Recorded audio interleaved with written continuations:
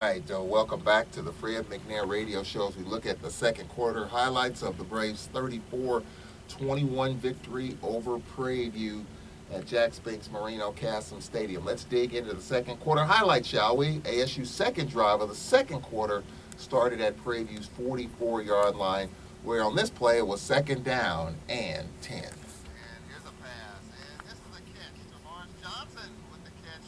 Offensive lineman didn't move.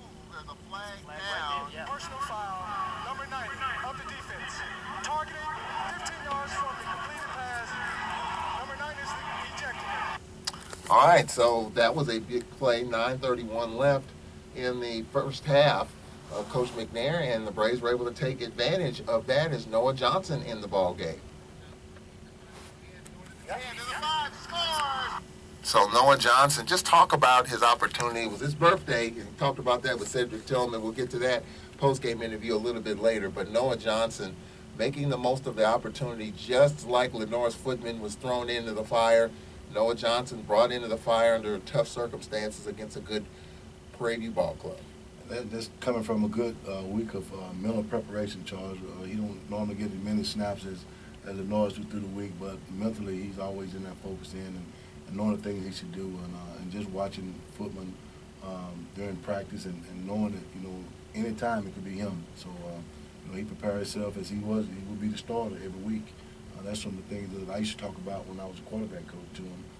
Prepare yourself as you're going to start every week. So I think he does a great job of preparing himself through the week to play on Saturday. And then I think just watching him play Saturday, just shows evidence that he's preparing himself every week to play.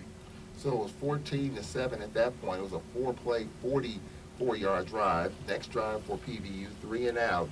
Then after an Owen Houlihan 47-yard punt, the Braves started at the Panthers' 43-yard line, got to Prairie View's 26, an apparent touchdown for Warford. Call back, hands to the face. And that's a tough deal there, Coach McNair, because it looked like we had another score there. It always, Charles, especially when you get a touchdown call back, just for hands to the face. And then like I always say, once they figure out some guys that's doing some stuff and think they're doing some stuff, anything close, they're going to call it. So my guy just got to know, just continue to play hard, but play smart. But we can't take the aggression from them guys because they're playing so well. And we're just going to continue to press on and go to the next game, Charles. That's all I can say about that. Penalty's going to be penalty. Penalty's going to be penalty. Nothing I can do about it. Well, with that particular drive, and after that, hands to the face, we were behind the chains. Third down and 22 from the Panthers' 41. One of the big plays in the game on 3rd and 22. Charles Hughes, a 24-yard catch. Talk about the year that he's had. I tell you what, Charles Hughes is one I go to guys. He's a phenomenal player. He's doing all the right things on and off the field and making great catches. He catches the ball at high point and doing some great things for us. And that was a clutch catch for us right there, being behind the chains and them coming through with that catch there. That's big time. So with the 24-yard catch by Charles Hughes, it was 1st and goal for Prairie View 6. It was 3rd down and goal from the Panthers' 2-yard line as the Braves try to add to their comeback. Prairie View, 3rd down and 22. With 6:53 left in a jagged first half. No ebb or flow, a bunch of penalties. Brandon Campbell tight end off to the right side. 3rd down and long for Foot. He's back to pass. Looks, throw. Wide open. Caught. Tavares Johnson. He down. And Tavares Johnson with the catch. A gain of 23 and a 1st down. All right, so that was the 23-yard catch. And then on the 1st and goal from the 2-yard line, Noah Johnson calling his own number. So Noah Johnson's touchdown tied the game at 14. So when you look at it, Coach, down 14-0, again, making a run, just like against Southern, we were down 17-3. We were down twice by 14. Again, we find a way to focus and hone in. And like I tell these guys, man, they don't make it easy. They don't make it easy, Charles. This could be a easy game played, but they make it so hard for us to win ball games, and we just got to get right to where we win ball game conventionally, and that's the way we have to play. hopefully this upcoming week will be a test for us too to come out and play a perfect ball game. All right, so it was 14-all. Then the Panthers fumbled. We get the ball back, and we wind up settling for a field goal by Corey McCullough, trying to give his team a 3-point lead. Back ball down. Kick is up. Got the leg. Is that the accuracy? Yes, it does. So 17-14 at that point, and then Charles Hughes adds to the lead on the Braves' next drive. Throws high, and it's a catch. Touchdown. That's Charles Hughes with the catch, and it was a tough catch for him to put the Braves up 10. Yeah, he can make those catches, Charles. I mean, it just seems it's so natural to him just to go up and make those plays like that. He high points the ball very well, and just what shows off the way he practices. And he practices that way, and he practices, play the way he practices. That's good, Charles. So we just have to just continue to keep getting them some work. Seems like it's feast or famine, Coach. We're down 14-0, and then 24-0 in the second quarter. Yeah, I mean, we settled down, Charles, and started playing our brand of football. That's the biggest thing, you know. I think the first quarter we were just overexcited and just wasn't settled down and ready to play. So we bounced back second quarter and played well second quarter. So what was your spiel to your team going into the locker room up 10 after being down 14? Nah, just settle in and just play football, you know, just have fun and, you know, just stay focused and let's go out and finish and keep fighting, you know. That's what we always do, Charles. You know, those guys is very good at what they do when they locked in and focus on it, Charles. We just got to continue to press them as coaches and get the best out of them, you know. Not all the time they're locked in at times, but we just got to retune them in and get them back focused on what they normally do best. And I think that, you know, just settling them down at halftime and having them come back out and play hard on football. 21 minutes after 6 o'clock, give us a call, 601-877-6595. We'll look at the third quarter highlights when we come back on the Fred McNair Radio Show. If you haven't heard, Riverwalk's all-new Players Club is here. We believe you deserve the best casino loyalty program, so we're proud to introduce the all-new Riverwalk Rewards. Our players get more, with exciting new benefits, more tiers, and more rewards than ever before. And now, Riverwalk is home to the area's first and only military rewards card. Our new Honor Card is our way of saying thank you to all of our active and retired military. Let's play at Riverwalk Casino Hotel. Must be 21 to gamble. At highway speeds, the average text takes your eyes off the road for about 5 seconds. That's enough time to travel the length of a football field. Stop texts, stopwrecks.org. Brought to you by the National Highway Traffic Safety Administration and the Ad Council. At WPRL 91.7 FM. You are tuned in to WPRL 91.7 FM, broadcasting from the campus of Alcorn State University. All right, welcome back to the Fred McNair Radio Show. If you've missed some or most of this show, it will be published again in a podcast form immediately after the live broadcast, which will end at 7 o'clock. And if you can follow me on Twitter, Tall Man Radio. I'm on Facebook, Charles Edmond. We'll have the show reposted. We also are rebroadcasting the game on the social media platforms as well. So if you missed the exciting action of homecoming, Marcus Ward, Executive Director of the Alcorn Foundation, was our halftime guest. If you missed all of that and want to hear it again, you can go to my Facebook and Twitter page, and I posted the broadcast from start to finish of the exciting 34-21 win over the Prairie View Panthers, a come-from-behind win. So it was 24-14, Coach McNair, as we look at quarter number 3. And the Braves added their advantage in the third quarter with another McCullough field goal. Kick is up, and the kick is good. So it was 27-14 at that point, Coach. And you're at a point in the game in which another score might close the door, and you were able to get that score as Lenore's Footman's touchdown made it 34-14. So it's 34-14 at that point, Coach McNair. So talk about the job that we've done coming out of the locker room. We talk about the slow starts. We've had a couple of those. We've started fast, but coming out of the locker room in the third quarter, how's the team responded coming out in that third?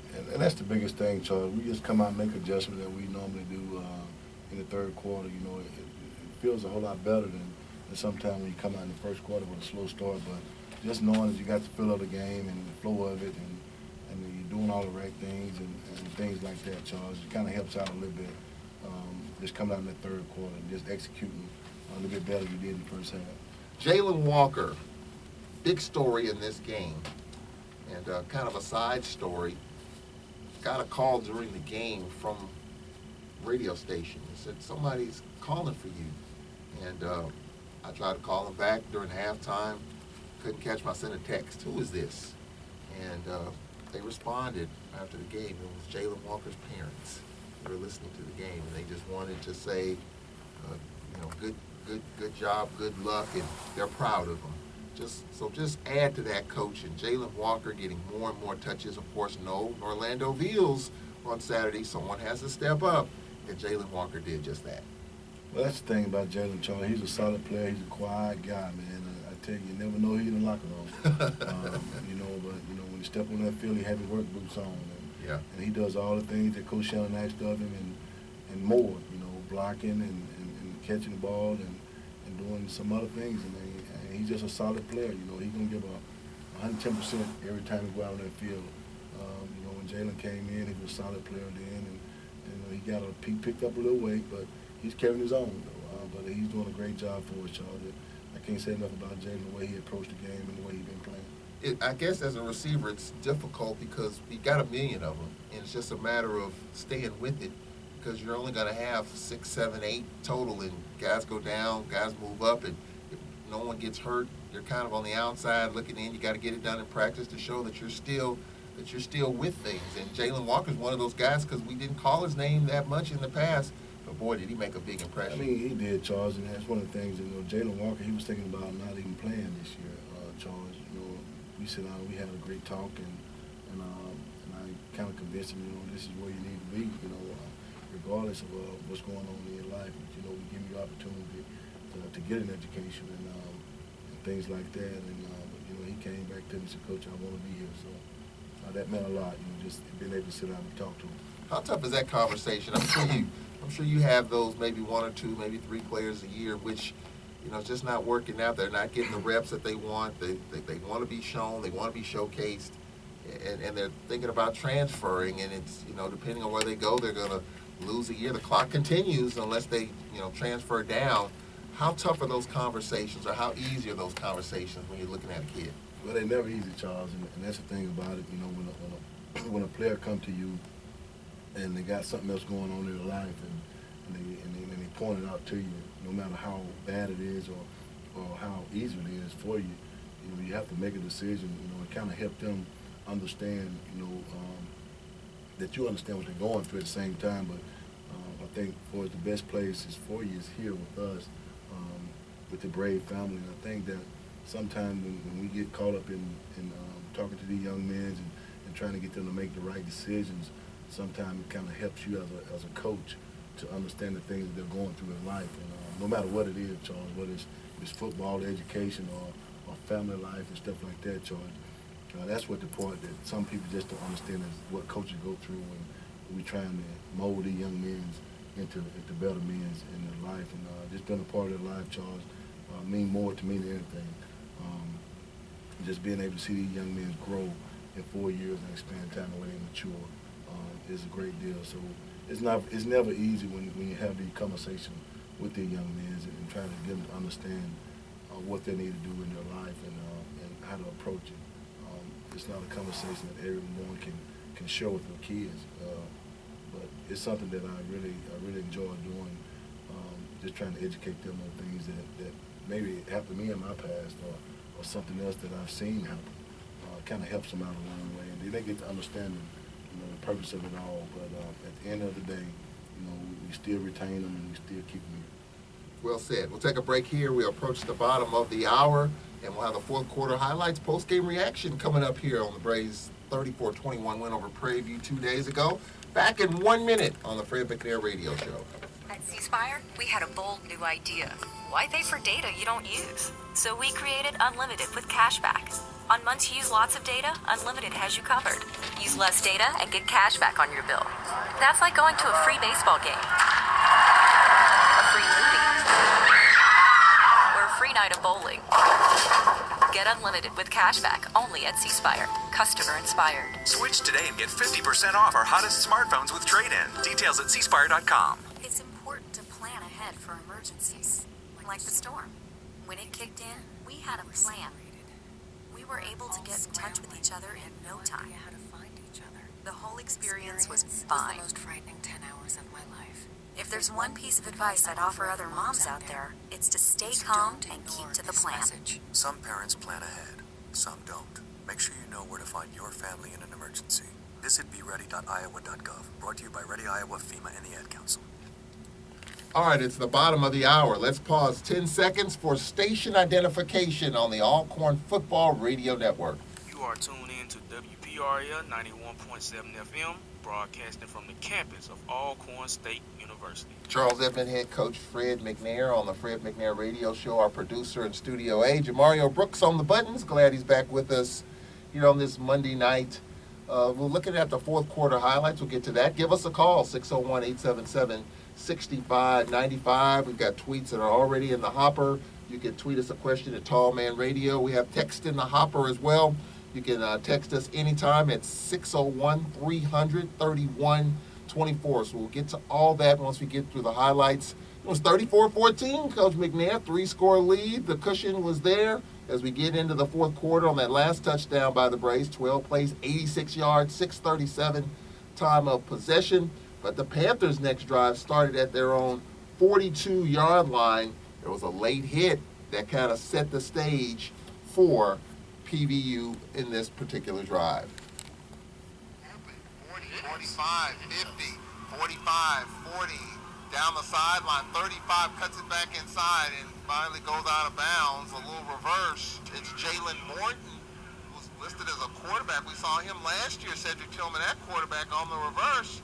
Picks up big yardage. There's a fade, there's a flag down, and this is a catch for the touchdown. Let's check the marker. Field judge calls a touchdown, and let's check this marker. Offsides on the defense, number 50. That penalty is declined. The score is good. All right, so just like that, 2 plays, Fred McNair, 58 yards, 58 seconds time of possession, and next thing you know, we got a game. Yeah, Charles, we did have a game, and that's one thing that we just got to understand that just can't give up the big plays and things like that.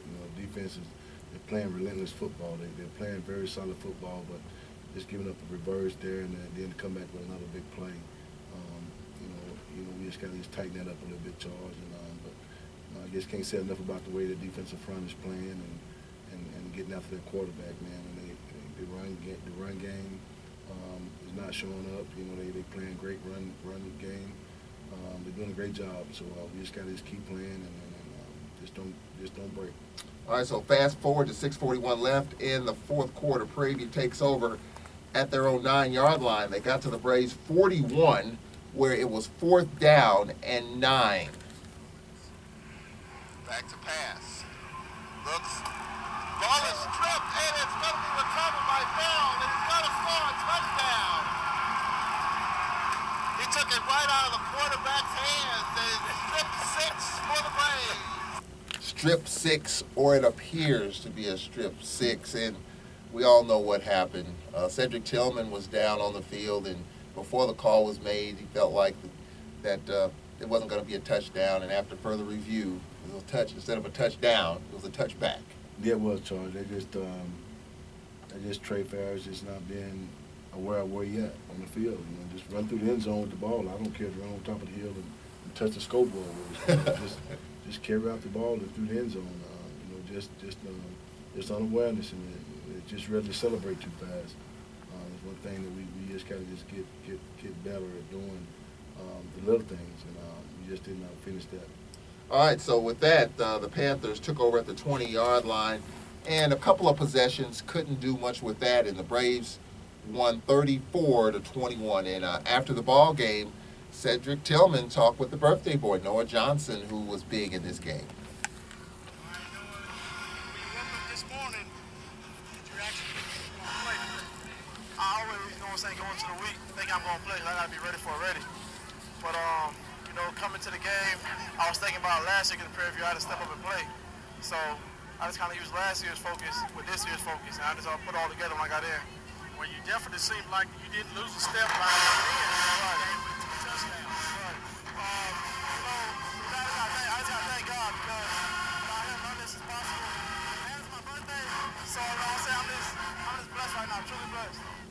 All right, so that's Noah Johnson talking about his effort, staying ready. How tough is it to stay ready, Coach? It's always tough, Charles, especially being a backup and not knowing if you're going to play or not. A lot of times you get those blowout games and you come in and kind of mop up the rest of it and things like that of that nature. But we hadn't had one of them yet, so like I told the team today in the meeting, I'm still looking for that game, that solid game, Charles, and hopefully we'll end up winning this weekend. Noah Johnson was warming up against Bama State. He was just a hairline away from getting some action there, and things got tight there in the second half. Just hit the road, just snapped off right up under you, Charles, and that's something. But he's always preparing himself to play, though. That's one thing I like about him. He's a very man-minded guy. You don't have any problem with him, so he's always ready to play. I would imagine preparation is one thing, attitude is another. You want to play. You want to get in the game as a backup quarterback. You want to see some action. He did against Miles College. It has been a touch and go, and I assume Harper as well as Noah Johnson, great attitudes of just trying to stay ready. Well, that's one thing about it. I've been in the room with those guys, Charles, and even with Footman and Noah and all those guys when I was in the quarterback coaching. Charles, those guys are phenomenal in the room, man. They're great. They help one another. And the same way off the field, they're right there for each other. So, that would never be able to create a problem as far as quarterbacks and things like that. But Noah knows when it's time to play, he'll be ready. All right, so as we look at the final numbers, as the Braves win 34-21, Prairie View in passing yards outgained the Braves 291-228. The Braves with 123 yards running the football. Total offense, the Braves with 75 plays, Coach. 75 plays for 351. Prairie View 15 less plays. We kept their offense off the field because we know how dynamic of an offense they can be. And that's one thing, just talking to the offensive staff and all through the week, we just got to make sure that we get into a good play every time we run one. So we slowed it down a little bit for them. I think Coach Kice did a great job of that, lining up and getting a pre-snap read on them and figuring out which way we need to go with the football. And that's what we did. We were able to hold the ball for 40-some minutes during the course of the game, and I thought that was great, keeping them off the field. Offensively, you look at the rushing attack. Lance Turner, 14 carries for 60 yards. Just trying to get him some touches with Prairie View's defense, just a little tough on Saturday. Well, they always change on defense, and I think that Ralph Street does a great job at defense. They give it schematically, they do it a whole lot of things, double-edged blitz, and they bring the house, Charles, and none like others, but he did a great job with defense, and we was able to do some things in the passing game to kind of loosen them up a little bit. That way we have holes to run in. Lenore's Footman, 11 of 17 for 138 yards. Noah Johnson, 9 of 15 for 90 yards. We talked about Jalen Walker, 8 receptions for 100 yards. Offensively for Prairie View, Kadero Hodge, he was here at Alcorn as a receiver, left with Willie Simmons to go to Prairie View, 4 receptions for $132. But he's a great guy. He does a great job of getting open and catching the ball. Just like I said, we stay inside on that post route, he won't catch that one. But he got loose on that one. A big game for a touchdown. Defensively, Coach, you look at a couple of players. Quentin Smith with 7 tackles. O.J. O'Neal with 7 tackles in the game. Trey Farrell's named SWAC Defensive Player of the Week. Just had 3 tackles. All in all, Coach, talk about the job the defense has done, especially when it matters the most. Texas Southern, Bama State, Southern, and Prairie View, when it really got tight in the fourth quarter, when you need to get off the field, they got off the field. Well, they get off the field. That's what I say. They bend but don't break, Charles, and that's what Coach Thomas and them thrive on. They did a great job over there, and I watched them work during the week, practice how much energy those guys got running to the football. And that's the biggest thing, Charles. If you got energy and you're making plays like that, and the run defense is phenomenal. We gonna give up a little bit, but when you get in that red zone, that's when we really tighten it down, Charles, and when it's counting. So I know those guys doing a great job on that side of the ball. I can't say enough about the way that defense is playing. All right, we'll take a break here. When we come back, we'll get to all the texts and tweets and your phone calls. Big Homie, we've got Christopher Brown on the Twitter feed, so a lot to talk about there, and we'll look ahead to Grambling coming up as well. So we'll take a break 39 minutes after 6 o'clock here on the Fred McNair radio show. We'll be right back.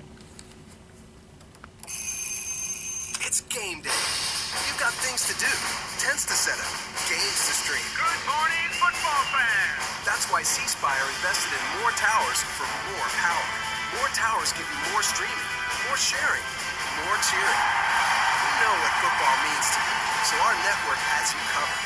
At C Spire, we work for fans. C Spire, customer inspired.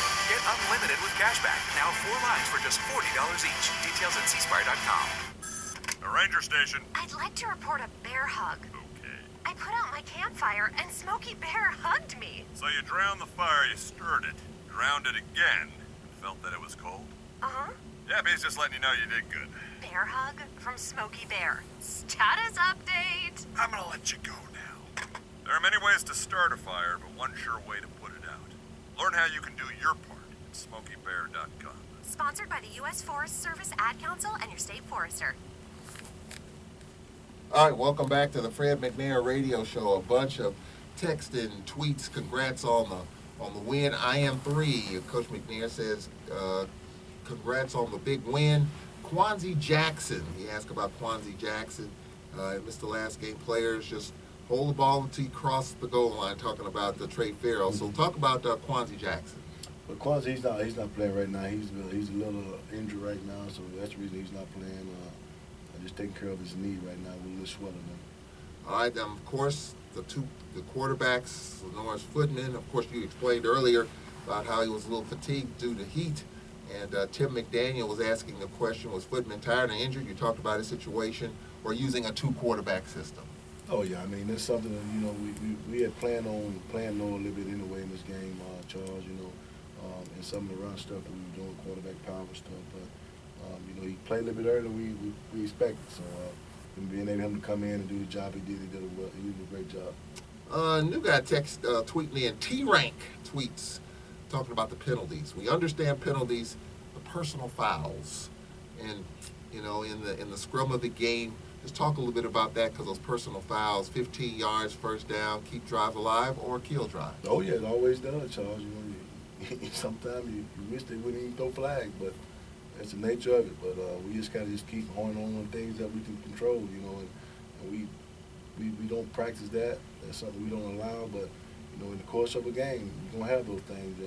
And on the quarterback, we can pull up there, but some of the things that's called we can't really control, because hand placement is something different. But we just got to make sure we keep doing a better job of honing in on some of those things. On the text line, of course, you can text us at area code 601-300-3124. Coach McNair, congratulations. I'm glad that we have 2 talented quarterbacks, of course, talking about Lenore's Footman and Noah Johnson. For the last 5 or 6 seasons, we've had super quarterbacks. Do you think your experience as a quarterback helps to recruit and develop these good quarterbacks? And this is from Rod, class of 1992. Well, the biggest thing is Charles, when you're looking at quarterbacks, when you're trying to recruit quarterbacks, is how they fit into the system that you're running. Can they run? How well can they pass? And things like that, And it's a knowledgeable game, They kind of be a smart quarterback to be able to absorb some of the things that we go through. But yes, we are always trying to recruit good quarterbacks, and hopefully this coming year we'll recruit some more, because we're gonna need them, because we're gonna lose Lenore's Footman this year. So hopefully we'll finish up real good and find some more quarterbacks. We look at special teams. McCullough, again, solid. Couple of field goals. He has a 49-yarder this season. I've always impressed with how kickers, they're off to themselves. I think I've seen the kickers at Spinks Castle just warming up by themselves with a couple of other guys while the rest of the team's on the main practice field. And he just seems to stay ready. I mean, kickers are very special too, Charles, and with McCullough, Corey just don't seem like nothing really phases him. He's just so cool and calm. Most kickers complain about every little thing. Socks not on right, they too long or whatever. But Corey, he's a cool kicker. I mean, he never complained about anything. He just go out and kick the ball, and that's what he does every day in practice. Like I said, his work habits pays off in games. Another text, Coach, congratulations to the coaches, players, and alums. The atmosphere was electric. Good luck against the G-Men. I think that's JJ. I saw him yesterday. JJ texting in. And it was a great atmosphere. I mean, just the whole thing from start to finish. You know, the crowd. I got on campus about 5:15, and I just got in before the huge masses of folks came in. And it's nothing like homecoming here. It's just a tremendous atmosphere.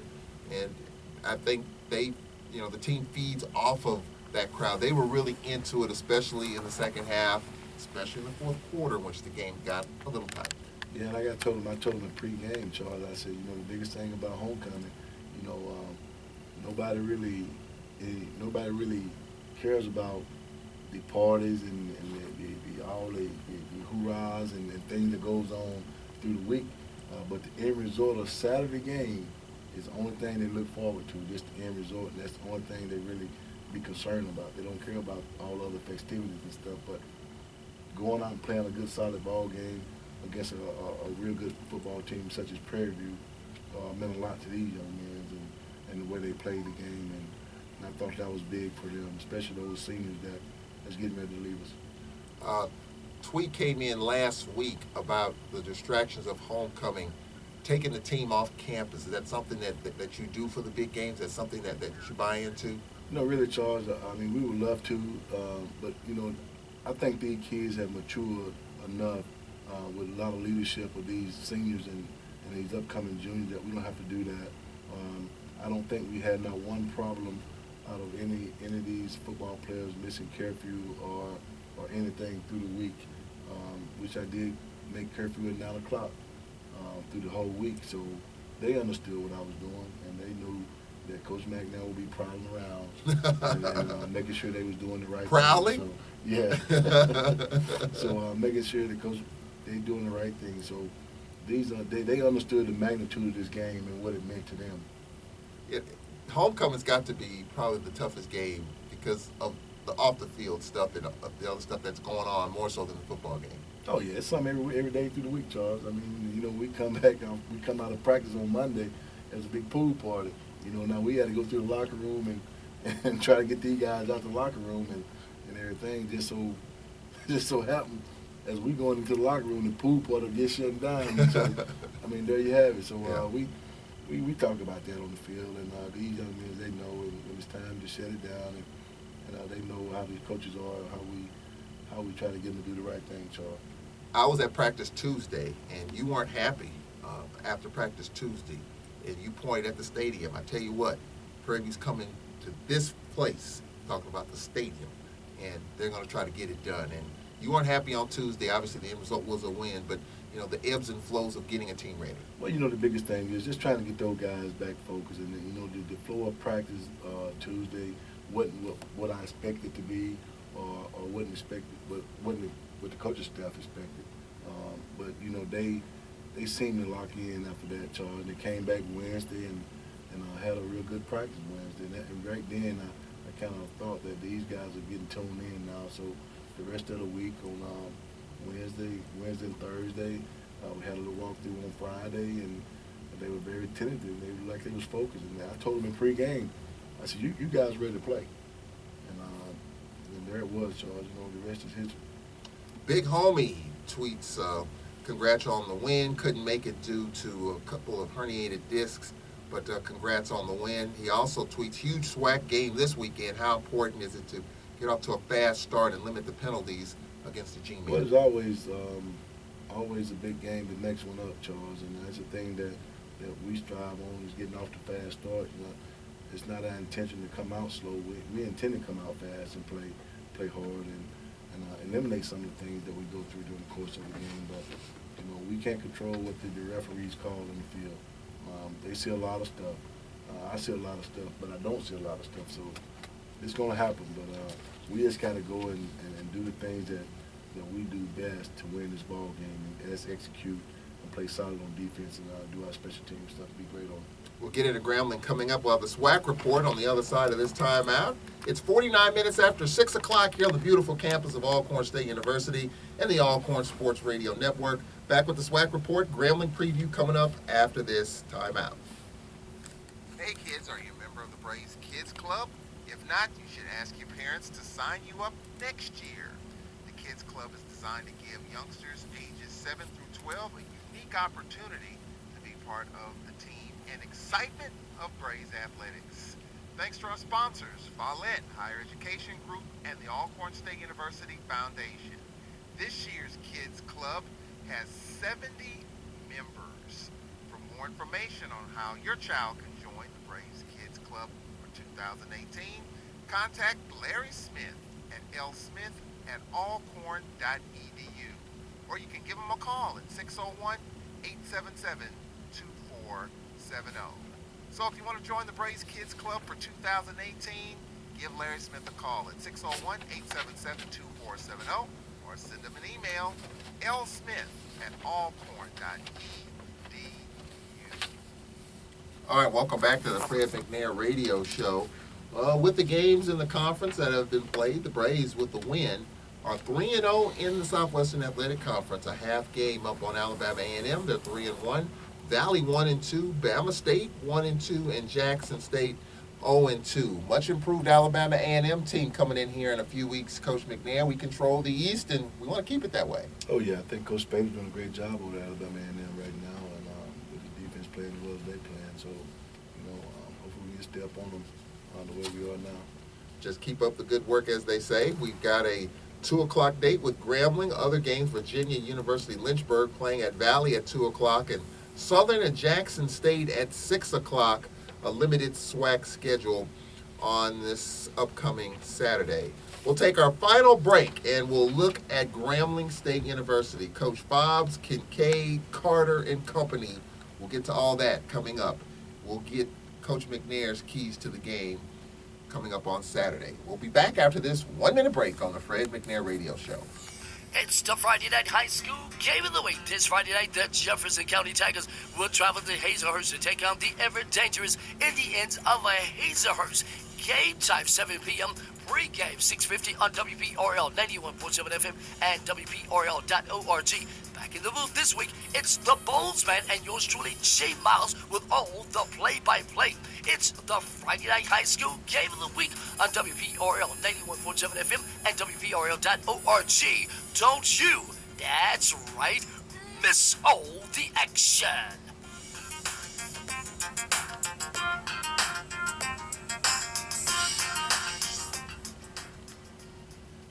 Braves football coming up Saturday afternoon at Eddie Robinson Memorial Stadium. Kickoff is 2 o'clock. We'll have the Alcorn pregame show at 1:30. Now back to the Fred McNair Radio Show on the Alcorn State University Sports Radio Network. All right, let's look at Grambling coming up, Coach. Injuries, of course, with Darius Anderson, Orlando Beals didn't play. So let's talk about those two. Orlando did not play on Saturday. What's the early prognosis of him returning this week? Well, after Friday visit to the doctor on Friday, he called me and told me there was no ligaments damage and just lip bone soreness there. But hopefully, he's day-to-day right now, so we're just going to take it slow with him and see how he feels on hopefully Wednesday and see how he feels working out then. So hopefully he'll be back Sunday. Hopefully we'll be charged, but if not, we still got to continue to play the way we've been playing. We got some guys that can step up and make plays for us. What about Darius Anderson? Well, he's out for a little while, Charles. He's going to be out for another couple of weeks, I know, with his shoulder right now. So hopefully, down the stretch with a bye week coming up here pretty soon, and we'll be able to get those guys back really healthy. And even with Chris McCray, he's the same way, so he's day-to-day right now. Actually, he's been released from the doctor, so we'll take it slow with him this week and see how he feels on the rest of the week. A couple of tweets from Christopher Brown before we get into the Grambling preview. Coach, do you feel like the players can keep up the intensity and the grind, the focus with all the injuries, and you have to battle through that, next man up, as they say, to close out the season? Well, the biggest thing is, Charles, I thought that coming into the season, that just looking at our schedule, we would have to be healthy to play this tough schedule. We playing the big three from the West and Southern, Grambling, Prairie View. It's not an easy schedule for us, and I thought that first we were going to struggle for a while, but being healthy for one, and I think we stay healthy throughout the course of camp. But now the way these guys in condition and shape right now, I think that we will be able to finish strong. Get this one behind us here, and then we have a bye week the following week, and get some more guys back in the floor thing and get ready for a good Alabama A&M team. All right, so let's look at Grambling. Next up, the Grambling Tigers. Grambling started out with a 43-14 loss to Tulane, and they have not lost since. They beat Northwestern, Jackson, Valley, Clark, Atlanta, and Chicago. It was a tussle there, but they won 31-20, and they were off this past week, and 2 weeks ago they beat Prairie View 34-21. We know about this team. We're familiar with them. We played them in the SWAC championship game last year. We all know how that went down. But this is a good football team that we're playing, led by Kincaid, the Ole Miss transfer. Talk about how he's grown and developed in that Grambling offense. I mean, it's a good league for him, Charles. The things he does well. That's one thing that we kind of focus on as a defense is really stopping Kincaid, and doing the things that he's not comfortable with, making him do things he's not comfortable with, and just containing him that way. But he's a great athlete. He throws the ball well, and he got some targets out there too, Charles. But we just got to make sure that we're doing all the right things to keep him uncomfortable as we can. And of course, you got Montez Carter, the running back. So he's a great athlete, man, and he run the ball hard. We've been watching him for the last 4 years as well. So 4 years or 10 years? Yeah. I know it seems like it's been a long time, my Charles. So those two guys are dynamic, man. They're playmakers. We just got to do all the right things to contain them two guys and slow them down and make them uncomfortable. You talk about Kincaid from Dallas. Of course, he was at Ole Miss, wanted to be closer to his mother, and he transferred to Grambling. 1,164 yards, 8 touchdowns, 1 interception. You talked about Montez Carter. He's got 5 touchdowns on the season. Also, Nicholas Black in the backfield. And Flowers, DeSharis Flowers, the sophomore from Mobile, with 28 carries. And Drake Fuselier, 21 carries as well. So they spread it around in the backfield. And you talk about Carter, one of their top receivers as well. Brooks with 2 touchdowns on the season. And Darrell Clark, their top receiver, the redshirt sophomore from New Orleans, 4 touchdowns. So they play pitch and catch. Yeah, he spread it well around, Charles. And that's one thing that we're here to say he do, man. He does a great job at it. Like I said, we just got to make him uncomfortable. That's some of the things he's not used to doing, Charles. And I think that's the game plan for that. So, but we'll be okay, and I think we'll have a solid game plan ready for him with our defense and offense. We'll have a solid game plan ready for defense. Well, this Grambling defense, 19 sacks, 9 picks. And they have a couple of guys, Darius Christmas, who's from Vicksburg, 40 tackles. You have DeAndre Hughes with 4 sacks. What makes this Grambling defense so good? Well, the things they do schematically, Charles, on defense is very tough sometimes. They're going to blitz you coming off the bus, so they're going to be ready. They're only giving up 60 yards a game in rushing, so we've got to find a way to run the ball. That's what we're going to work on all this week to find a way to run the ball and find a way to execute. That's the thing we got to do. We got to execute. Brandon Varner with a couple of sacks. Which is the toughest part of this Grambling team, up front or on the back end? Well, it starts up front, Charles. That's where they make the plays in, and getting the quarterback to throw it up to them. But that's where it starts, up front. This is probably the game of the year in the conference to this point. No question about that. With the way Grambling's been playing, they won 20 straight conference games. We seem to have found our niche here, going there, the short 2-hour trip over there, a 2 o'clock game, a highly anticipated game. Mike Brooks, I talked with him at Media Day. He talked about no matter what happens with the game last year, how tough it was, of course, for him and playing Grambling. He wants to get back at it. And I thought he had a good game last week. What's going to be the key, Coach, to winning our 5th game in a row and going over to Grambling? Just a thing that we have to go out and do, Charles. Through the week, preparations and execute, play solid on defense and on special teams. If we do those things and get that game that we're looking for, I think that we'll come out on top. But we have to make sure that we're doing all the right things. It's not what they do, it's what we do. So if we do that and just take care of business in our own backyard, we'll be fine. How sweet would it be, Coach, in the last few seconds here to get a win going into the bye week? And that would be great. We talked about that during the team meeting about an hour ago. Just going into this week, winning this ball game and going into next week with a bye week would be awesome. Coach, we appreciate it. Good luck. We'll talk to you next week. Thank you, Charles. That's Coach Fred McNair here on the Fred McNair Radio Show. We appreciate all the texts and tweets. We'll do it again, same time, same back channel next week. I'm Charles Ippen with Jamario Brooks. We'll talk to you next Monday night. So long.